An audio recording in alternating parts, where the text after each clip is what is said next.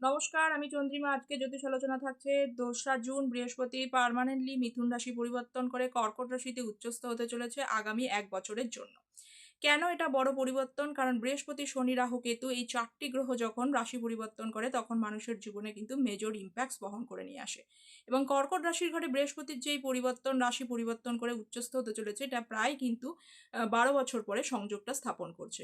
তো কর্কট রাশির ঘরে বৃহস্পতি কিন্তু আপনাকে জ্ঞানী মনোবৃত্তি করে তুলবে, সঞ্চয় উপলব্ধি কারক এবং ভোজন রসিক করে তুলবে। বৃহস্পতি এছাড়া কিন্তু জ্ঞান এবং ভাগ্যের কারক। তাই জীবনে সাফল্য পেতে গেলে, জীবনে সঠিক পথে এগোতে কিন্তু অবশ্যই জ্ঞান এবং বুদ্ধিকে, ধর্মের পথকে অবলম্বন করা উচিত। প্রয়োজনে কিন্তু গুরুস্থানীয় ব্যক্তি অথবা কিন্তু কোনো অ্যাডভাইসারের কাছ থেকে যদি আপনি হেল্প নিয়ে এগোতে পারেন তাহলে কিন্তু জীবনে সাফল্য বর্ধিত হবে।